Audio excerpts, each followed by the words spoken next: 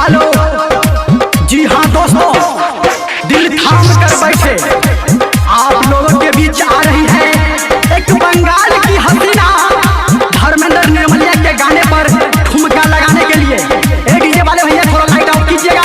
DJ Sumit Satish रैना। सही से छौड़ी नाच उमर छौआ खन काच, सही से छौड़ी नाच उमर छौआ खन काच, नहीं तो भक्का छौड़ा लटक तहुगे असाते जब तोरा पटक तहुगे लटक तहुगे लटक तहुगे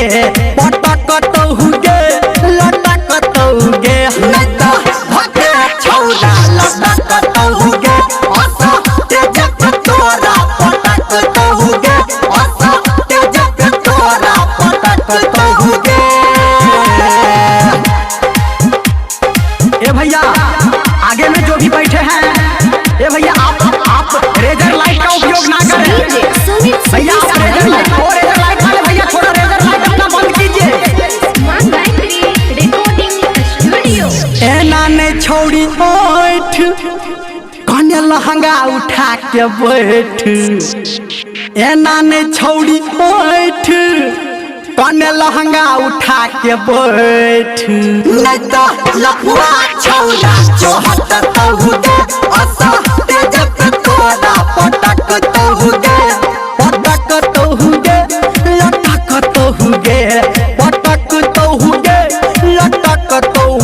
नहीं तो भक्के छौड़ा लटक तहुगे असाते जब तोरा पटक तहुगे।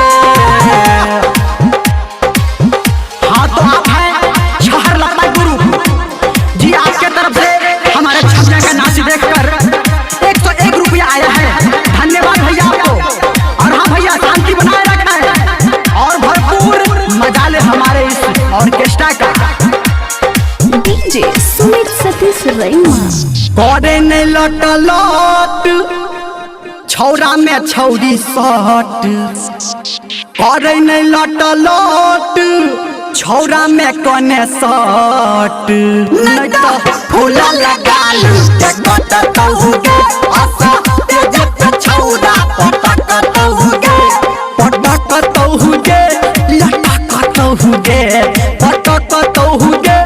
लटक तहुगे, नहीं तो फूला लगा छौरा पटक तहुगे असाते जब तोरा लटक तहुगे असाते जब छौरा पटक तहुगे। और आप हैं नाम के दौर में महाकाल ग्रुप, जी हाँ महाकाल ग्रुप, इसका कहना है अनहरिया ये भी गाना भैया बजवाए जी, जरूर ये भी गाना बजवाएंगे। शांति बनाए रखे भैया। मानी ले हमर बात धर्मेंद्र के चल साथ, मानी ले हमर बात निर्मलिया के चल साथ, नहीं तो चोली चर चर फट तहुगे असाते जब छौरा लटक तहुगे पटक तहुगे फट तहुगे नहीं फट तहुगे, नहीं